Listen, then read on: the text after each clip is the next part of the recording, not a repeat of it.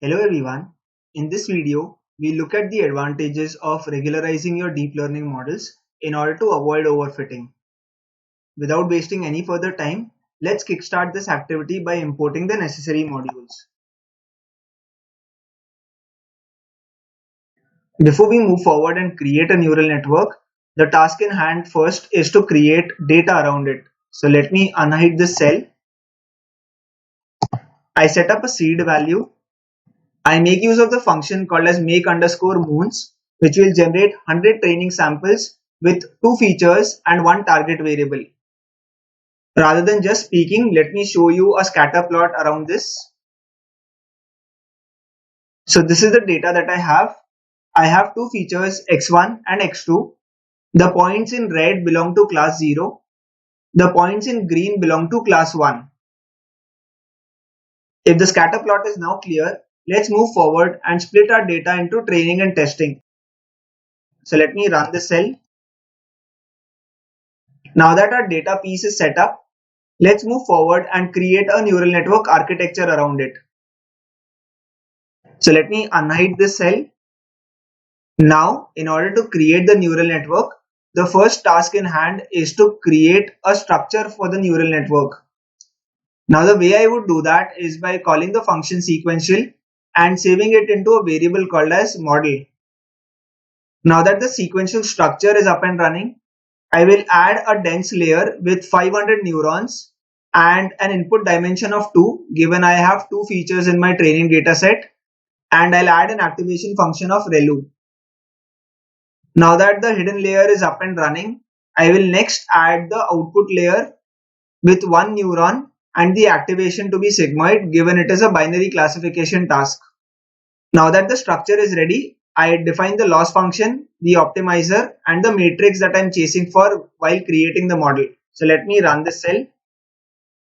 Now that the entire structure along with the loss, optimizers, and matrix are set up, I move forward and I fit my training data set. And in order to validate how well my model is performing, I will also pass in my testing data set, and I run this exercise for 4000 epochs. So let me run this cell. This activity will take some time.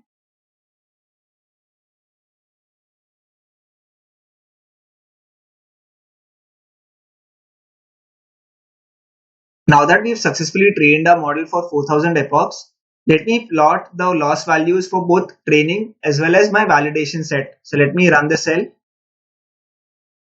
So as you can see that this is a clear case of overfitting where my training loss keeps reducing, but after a point of time my validation loss keeps on increasing. So what has happened is the neural network has started learning every piece of information without creating a generalized model structure. What I mean to say by that is what will become evident when I show you the decision boundary. So let me run this cell. So this is the decision boundary that has been generated. As you can clearly see, it's a complex form of a decision boundary that has been generated basis the training data that I have. This wouldn't generalize well for unseen data going forward. So that is where we've kind of overfitted based on the data that we had. So now that I've shown you the decision boundary, let me go forward and show you some other things as well. I want to show you the strength of the weights with respect to the overfitted model. All of this will kind of fall in place when I show you the weight values of the regularized models as well. So let me catch hold of the model weights and let me show you the maximum weights that exist across layers. So let me run this cell, which is my input layer, and it has a maximum value of 0.54244. In the layer connecting between hidden and output, what is the maximum weight? So the maximum weight is 0.655. So these weight values are large. Now you might say 0.54 and 0.65 are really small values, but all of this will make sense when I kind of walk you through the entire regularized model structure as well. So let me move forward and show you the regularized model that I've created using L2 regularization. So let me unhide the cell. In case of a regularized model, the entire process still remains the same. The only change that you can observe here is I've added a term called as kernel_regularizer, and I've equated that to L2. So I'm basically adding an L2 penalty term in order to create a very generalized model. So let me run this cell to create the model structure. So let me run this cell in order to fit the training data set.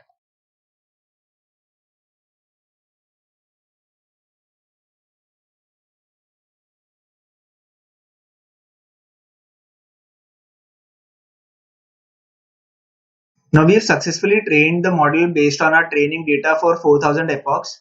Let's go forward and plot both the losses, that is the training loss as well as the validation loss. So let me run this cell. So as you can clearly see that the training loss keeps decreasing and the validation loss, which is denoted in the orange color, decreases and after a particular epoch remains constant and starts fluctuating between those values itself. So this is a clear case of a generalized model that we've created. Let me now go forward and show you the decision boundary. So let me run this cell. As you can clearly see, the decision boundary is fairly linear and it is not very complex as it was in the previous situation. So this is the advantage of creating a generalized model. It may not be the most accurate model in the training data set, but it performs really well on unseen data as well. Now that I've walked you through the decision boundary, let me go forward and show you the weight values of this network. So the first thing that I do is I catch hold of the weight from the model. The next thing that I do is I find out the maximum weight in the first layer, which is the layer connecting the input and the hidden layer. So let me run this cell. So as you can clearly see, the maximum value here is 0.17. On the other hand, in the previous model that we created, the maximum value was around 0.5 or 0.6. You can again cross check it. I'll link the notebook in the description section of the video. Moving on to the next point, which is the maximum values of the weight in the layer between the hidden layer and the output layer. So let us find out that value as well.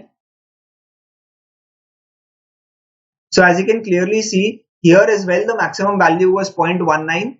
So essentially using regularization, you are adding a penalty term to the weight values so that they don't exceedingly grow and create a complex structure. So this was my attempt in explaining how regularization works under the hood. I haven't gone through the theoretical aspects which you can find available online, and there are plenty of amazing resources that you can find on this topic. My aim in this video was to create something that you can understand visually using code. So I hope you found this video informative. If you do like the content that I post on my channel, it would be really motivating if you can press the subscribe button and also press the bell icon to be notified for future amazing data science and machine learning videos. Thank you so much for watching the video.